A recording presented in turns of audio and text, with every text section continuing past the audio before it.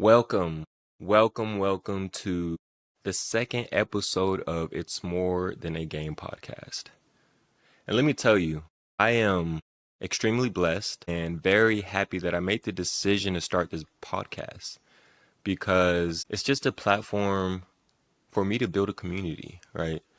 I really enjoy mentorship, I really enjoy leadership, and with my experience through the game, having played for a very long time, reaching my goal of playing at the Division I level, it gives me the chance to really help the younger generation and provide guidance, sound guidance, on how to navigate the ins and outs of the game and really just to facilitate engagement, conversation about the games, the highs, the lows, the bad times, the boring times, the hard times. I think it's important for us as athletes who have been through it to curate this community, this trusted community for anyone involved in the game, and that's players. And it's not just subject to players only, coaches, trainers, parents, whoever it may be. It's important to create this community for the younger generation of hoopers because in the state of basketball today, there are a lot of politics. There's always been politics, but there are a lot of politics more so now than ever, simply because of, for an example, NIL, right? There is so much politics in the game that it's hard for the younger generation to navigate all of this and to kind of vet who really cares about them, who really cares about their journey, who really cares about their personal development. Because the unfortunate nature of the game today,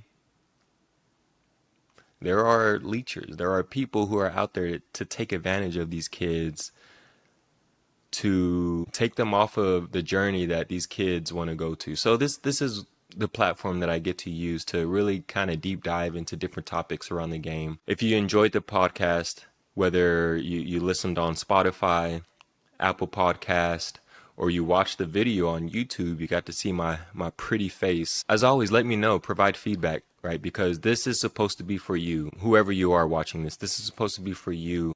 And if there are, some topics or some things that we would like you want to discuss, then just let me know, and I'll definitely be sure to implement that into future episodes. Okay, I'm on platforms, right? I'm trying to grow this community, right? So we have this podcast, like I mentioned, Spotify, Apple Podcast.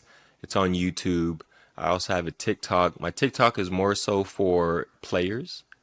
It allows me to really kind of just be real. No editing, no formality really, but just to kind of speak my mind. I can answer questions. I can answer DMs, comments. More so focused on player development and growth through the game, right? Because again, there's a lot that goes on with the game, and for the younger generation of hoopers, it allows me to impart wisdom. I played the game for a very long time. And that's what that allows me to do. I'm also on Instagram. Sorry, backtrack to TikTok. If you care to follow my TikTok, it is JLuv, JLUV 22 iHoop. If you also search Elite Fit Connect, you should be able to find me. Again, my face is there, so go follow me there. I have an Instagram, Elite Fit Connect, Twitter, YouTube, again, Elite Fit Connect. So if you care to, go follow me. The more the merrier. Repost, share, comment, like, up to you, but that's going to help me grow this community that I think is very important for the game. Okay. This is exciting, right? This is episode 2, and today I really want to focus on the process of the game, falling in love with the process, right? Even when progress feels invisible, it's important, right? It's a grind. It's a grind. It's a grind. It's a grind. Everybody loves highlights. Everybody loves the highlights. I grew up on the ball is life culture, right? Graduated high school in 2011. Okay. I don't know if you remember, but they still make them now. But the ball is life mixtapes, one of the best mixtapes ever was John Wall, right? You have a Kill Car, Who else? Who else? Who else? I'm blanking. Austin Rivers. So many mixtapes out there, and we just love that. We consume that because we got to see the best of some of these great players to ever play the game. But what it doesn't show is the low moments, the grind, the hustle, the struggle, the pain, the sweat, the tears, the blood, the amount of time it takes to get to that level, to the tippy top, to make it to the league, right? They don't show that. And I think it's important for us as the leaders, and I'm not saying, I'm not trying to put myself on a pedestal, but I have the experience to understand that what you see on TV or on YouTube or social media, whatever it may be, it's not necessarily reality. It's not. And I'm just being real, okay? So let me ask you this. What are some of the things that you might not see behind the scenes when you're trying to improve your game or get to the next level and reach your goals? There are weeks when you might feel like you're putting in all the effort in the world and nothing is happening. Nothing is happening. That's when most people quit. That's when most people get discouraged. That's when people convince themselves that maybe this isn't for me. Sometimes it's valid. Sometimes you need to go through all the struggles to realize that maybe this isn't the route that I need to go to. Maybe I need to deviate a little bit. Maybe basketball isn't what I need to be doing for the rest of my life. But again, basketball is a great tool for life. Okay. But I'm here to tell you that's exactly when the process is working. You just can't see it. You just can't see it. I'm telling you. And this is when we get into the topic of basketball politics, the reality of basketball politics. There's always been politics. Way back in the day to now and the future of basketball, there has always been politics. There will always be politics. Sometimes a less talented player will get the looks. I dealt with that. I dealt with that growing up in the game, right? There might be teammates that you play with that get that starting spot, that get that starting position. They may be getting the camera, the lights, right? And everybody knows, or that you put in way more work. You put in the grind, the hustle, the work ethic, all that good stuff, right? You put in way more into the game, and it might even show on the court. But because of politics, that teammate might get those opportunities that you want. They might get the looks that you're looking for. They might get those scholarship offers that you've been praying for. That's just politics. Those are the things that you cannot control. And the last thing that you need to do as a player, even if you're a parent, right? You need to understand that there are so many things in basketball, in sports, in life that you cannot control. So the worst thing that you can do is just waste time harboring over all of that and trying to manipulate what people think about you or your child so that you can get those opportunities. But it's impossible. You're wasting your time. You're wasting your effort. What you can do, focus on the things that you can control, right? The stuff like that can eat you alive if you let it. I promise you it can. But focusing on what's out of your control will only drain your energy. Okay. And that's just, again, the politics of hoops, of basketball. You can't control it, but you can control your consistency. There's a topic that I want to talk about. There's a concept called the law of thirds, right? And so basic math, right? You have 3/3 in a whole. So we're splitting that whole into 3/3. And each of those thirds represent a certain piece of your journey, a certain aspect of what you might experience through your journey, right? And we're going to relate this to basketball, obviously, but this is important for everything else, for life, for your career, for your relationships, family, friends, anything. The law of thirds is real. Okay, so what is the law of thirds? I'll explain it, right? So the first third will support you no matter what. Okay. This is honestly like what we all hope for in whatever we do, right? These are the wins, the calls from the recruiters that we're looking for, from the schools that we're looking for.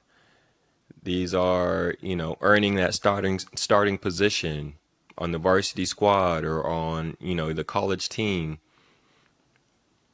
It's the success. It's what brings the happiness. It's what brings validation, right?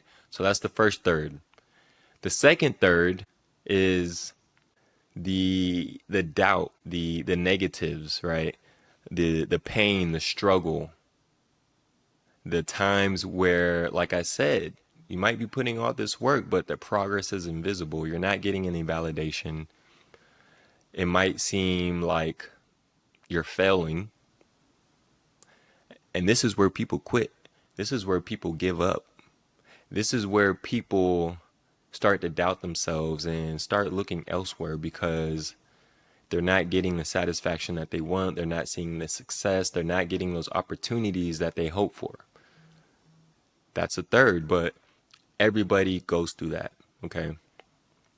The final third is just the mundane, the boring time when, and when it comes to basketball, I like to think of when you're doing that detailed work where it's not necessarily hard, it's just boring, right? You're going to the gym every day and you put up 100 shots. You should be putting up way more than 100 shots. You're putting up 500 to 1,000 shots a day over and over and over again.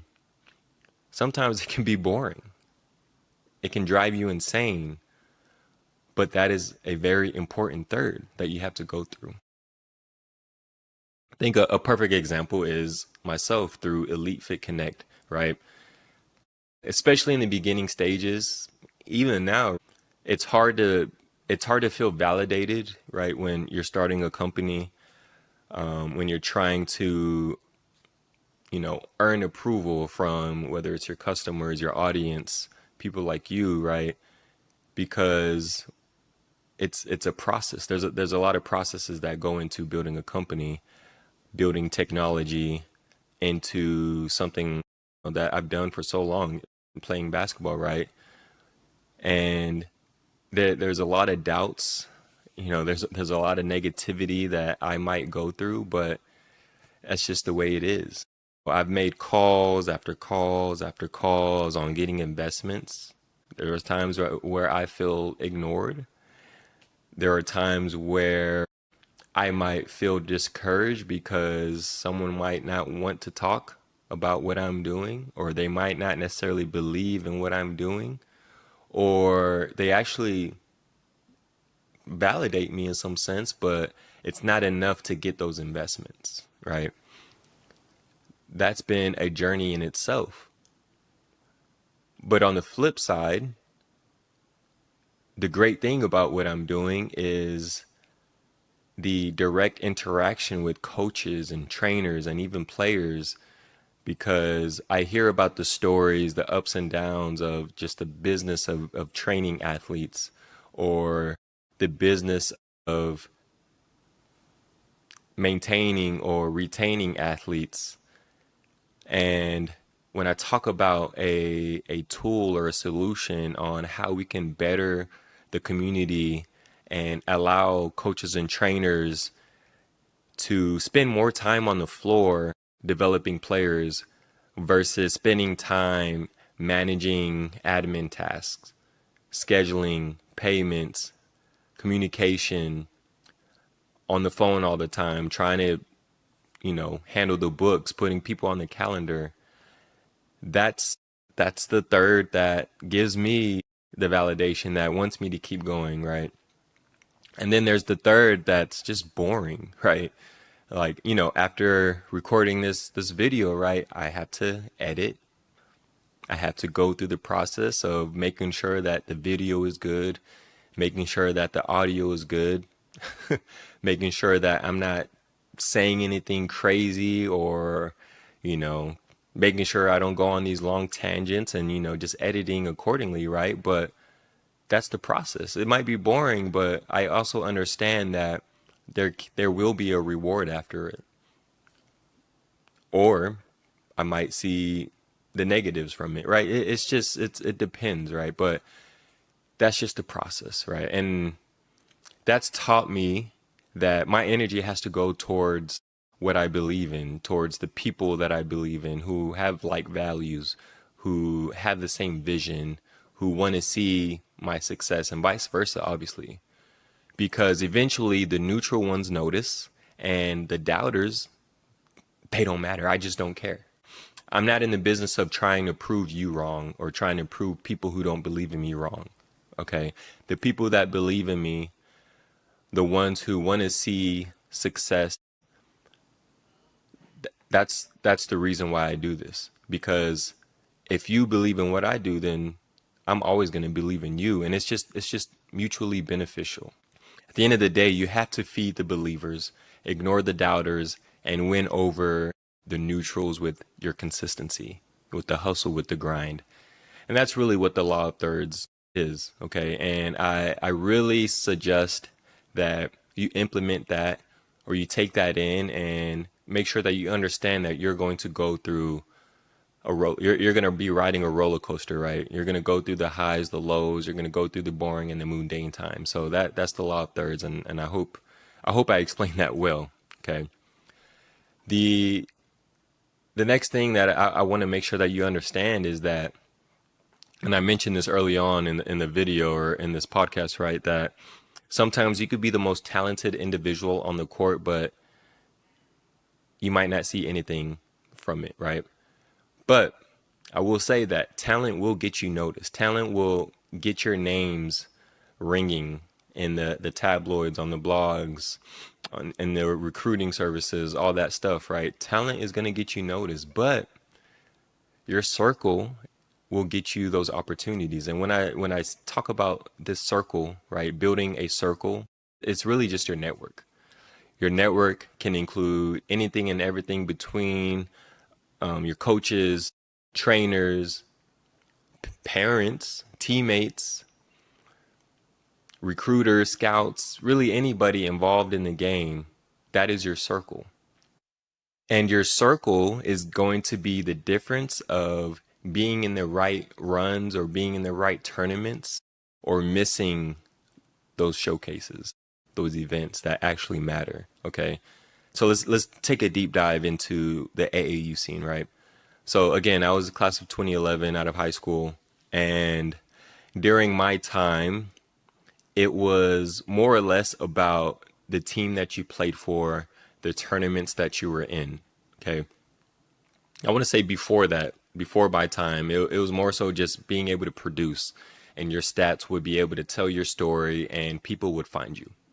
When I grew up in the game, when I came up in the game, right, it was about showing out in those tournaments, right? Being on a team that could get you into the right environment, and your coach could vouch for you. And all you had to do was grasp those opportunities and just ball out, because there were going to be people out there watching. And then once you start balling out, you're consistent, you're showcasing your ability, your skills, your name will start ringing a bell, and people are going to be like, did y'all see so and so balling last night? Dropped a 30 piece, double double, triple double, beat so and so. You got to keep your eyes on him. That dude is nice. That dude is cold. That dude is cold blooded, right? That was my time. And I want to say now, and again, I could be wrong, but this is just from me talking to folks, seeing what's going on. It's about who you know. There are a lot of kids playing the game of basketball. There are a lot of kids playing the game of basketball. Most of those kids want to make it. They want to get as high as they can in the game. But the higher you go, the less opportunities you'll find. Okay. And it's truly about who you know, who's in your circle. And so I say that to say the younger you are, the better. Okay. The younger you are, the better, because you get a head start into making sure that you are on the right teams. You have the right coaches who have all these contacts, who have the credibility to get you to where you want to get to. You're playing with the right players. You're going to the right showcases, to the right events.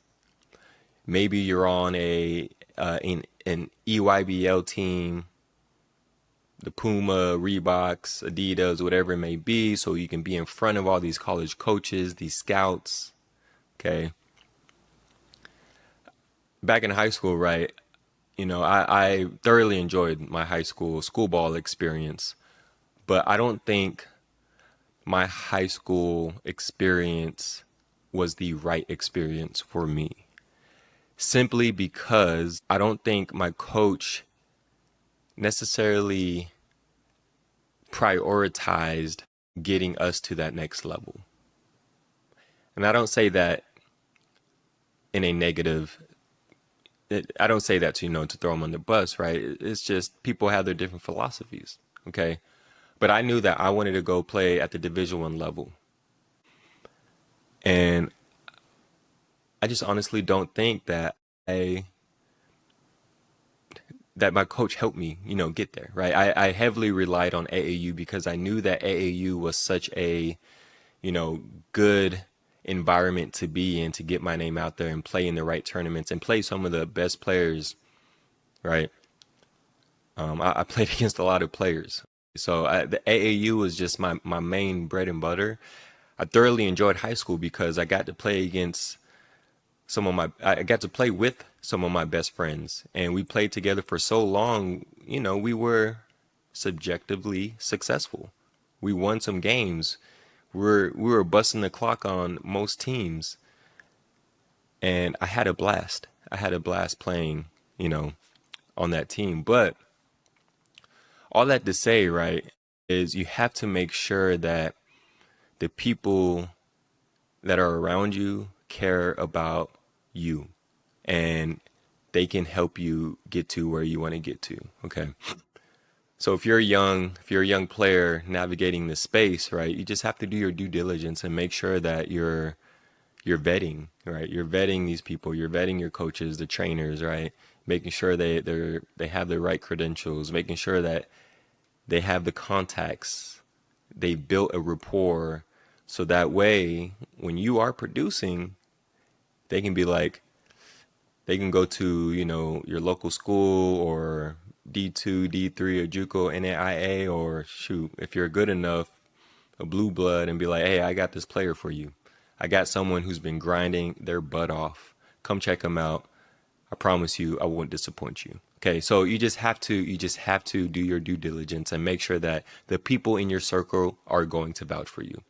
Because again, I've seen hoopers with less talent get opportunities because their circle worked harder than the player did. Okay, so that's the biggest advice when it comes to circles and your network. Okay, your circle at the end of the day is your cheat code. So build it wisely. Now, when I talk about this network and I think about me and my circle, I have a vision of building a solid community of coaches and trainers to make sure that the younger generation is not done dirty. There are a lot of people who should not be coaching or training, and I just want to kind of alleviate that, right? I had a conversation with someone in my area, a local trainer. He focuses a lot on football, but we talked about the importance of community. Okay, we want to build a space where athletes can share their experiences, they can get guidance and have mentors. Mentorship is so important. And I wish I had access to this when I was younger. I had a good community, don't get me wrong, but I wish I had access to players, coaches and other trainers that have done it before, who have experienced it, because one, that would give me more clarity on what I need to do to get to where I need to. I become more educated on the process of navigating the recruiting experience, right? Understanding that it might be important to vet those college coaches to make sure that you're going somewhere that is built for you, that those coaches will actually do you right and not take advantage of you, and make sure that you're in the right situation, right? That community is very important because we consume a lot. We consume social media. We consume YouTube videos. We watch TikToks and Instagram, and we see a lot of things that have nothing to do with us, but we want that because it looks good, right? But most of these players that have made it, they have a great community. They have a solid foundation of people who care about them and who want truly want the best for them, right? And that's what I'm trying to build. And as far as my company, Elite Fit Connect, I want to work with like-minded individuals, leaders in sports, and people who just care about this young generation of athletes. Basketball, football, volleyball, soccer, lacrosse, whatever it may be, right? It's important that this community is built for these young players, okay? It's not always going to be sunshine, right? You're going to go through injuries, right? You might have an injury that sets you back. Shoot, I hurt my knee senior year of high school, and I was scared out of my mind that I was not going to be able to go play college basketball. And I did my best to, whether it was the right decision or not, I did my best to kind of hide it because I didn't want my recruiting stock to go down. You know, there was a lot of adversity that I was already going through to get my name out there, to get noticed that I was a good player. And so the last thing that I wanted was my injury to prevent me from reaching my goal of playing Division I basketball. Okay. Then there's politics. Again, something that I went through from the beginning stages of playing all the way through college. Like, it's just something that you cannot escape, right? There's burnout. The burnout is real. The repetition, the grind, the hard work of trying to improve your game, trying to make sure that you're the best you can be so that you can compete with some of the best players. Sometimes that can burn you out physically and mentally. Mentally, maybe more than physically. And I truly believe that kids need support when they're going through these things, right? And I talked about before in the last episode how when I left the game, I kind of lost myself, and my wife helped me out of a dark place after I stopped playing the game, right? And that just shows, or just it just truly emulates the power of community, okay? And I remember a point in time when I was, questioning my college career and what I wanted out the game. And I remember my coach, my AAU coach, rest in peace, Coach Tim, and such a great coach. Probably the best coach that I ever had, truly because he cared so much about the players. He cared like his life depended on it. And I remember I was just going through a rough time my sophomore year, and I'm laying in my dorm, just chilling, and he hits me up and he calls me, and simply he just asks, "What's going on? How are you doing?" Almost perfect timing, the most perfect timing. And I told him, I'm like, "Hey, I don't know if I can do this. This is hard. It's not rainbows. It's not sunshine. I'm struggling, because I was going through an injury. I wouldn't say my relationship with my coach was the best, my head coach in college. I lost playing time. I lost my starting position.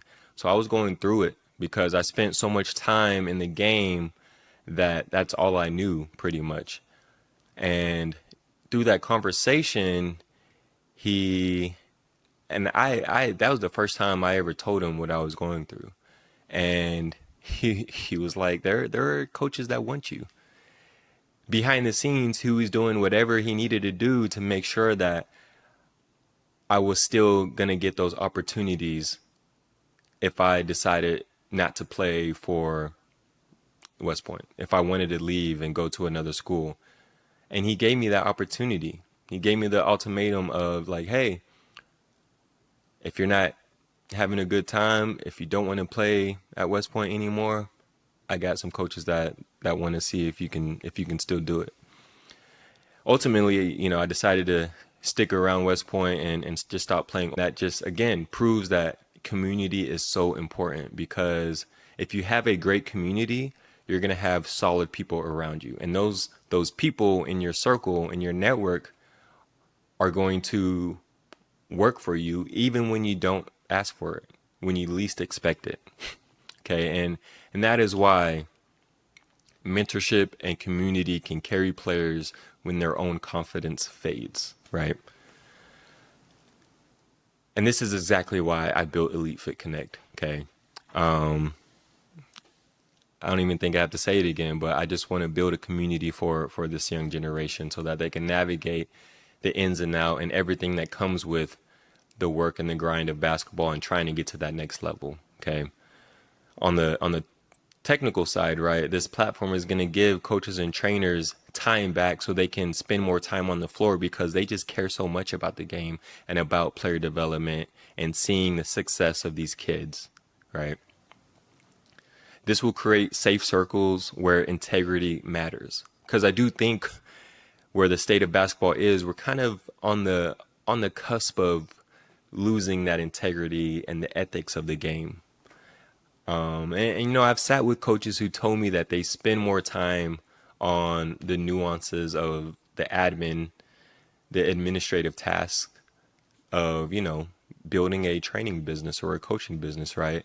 And when I talk about giving time back to them so they can spend more time on the floor, I want to do that for them. I want to say like, hey, I have this platform where you can just streamline all that stuff to the point of where you don't even have to worry about it, and it all does it itself, so you can spend more time on the floor. And that's what I want to fix. And again, it goes back to the community, building a solid foundation of trusted coaches and trainers to spend more time on the floor with kids, right? Because at the end of the day, your environment matters as much as your effort, as much as your gift of playing the game, right? And Elite Fit Connect, EFC, we are trying to reshape that environment, okay?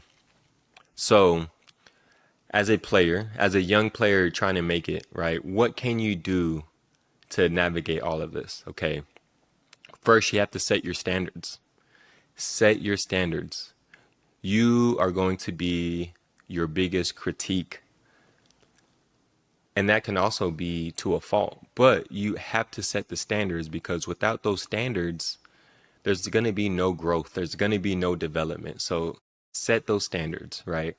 Every day when you wake up, have one daily action no matter what. Okay.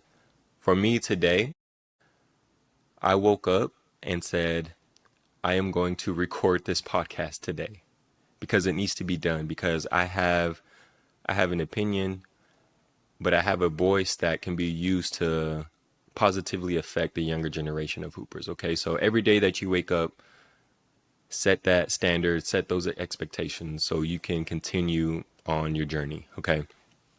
The second thing is the thirds check. I talked about the power of thirds, or the law of thirds, right? So write down who's in each third for you right now. Okay. If there's someone out there that's helping you reach your success, write that name down. If there's someone out there that's, you know, maybe pushing you through those boring times, the mundane times where it might seem like it doesn't matter, write that name down. Okay. If there's someone out there who's the reason for the highs or the lows, right? The struggle, the hard times, write that name down. Okay. That's going to help you just identify, one, what season you're going through maybe, but two, also who's involved in which third. And that leads into your network, your circle. And so with that, you need to audit your circle. Do your due diligence and make sure that the right people are in your circle. When you go work out, who's in the gym with you? Okay. What group chats are you in? When you go play pickup, what other players are in those pickup runs? Do they make you better? Do they challenge you? Do they push you? Do they motivate you? Do they inspire you? Okay, so do that audit check to make sure that your circle is tight. Okay, please, please, please. If you don't journal, I highly suggest that you do journal. Go buy a notebook, or we're all addicted to this right here. So open that notepad, your notes app, right? And I want you to write down 3 times where you felt invisible, or where you felt invisible progress in your life. Okay. What was it? What was the result of it? So what came after it?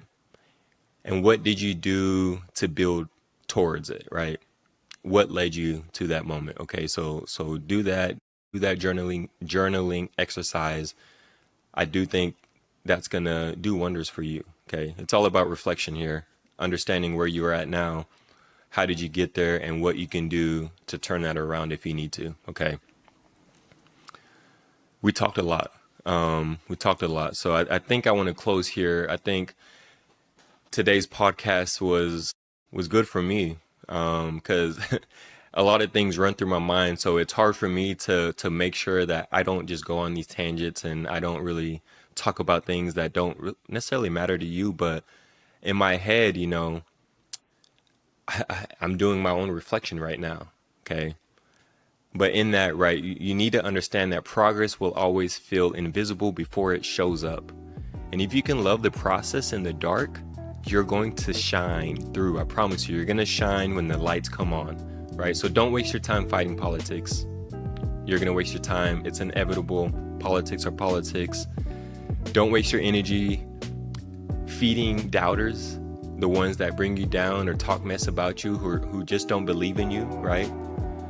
Build your standards, set your own expectations, build your circle, your close-knit network, right? Build that community, because at the end of the day, it's more than a game. It's about life. And if you're watching this, if you made it this far in the podcast, audio, video, whatever, again, I really appreciate you spending your time with me, and can't wait to see you next week. It's been a pleasure. It's More Than a Game podcast hosted by Jalen. Peace.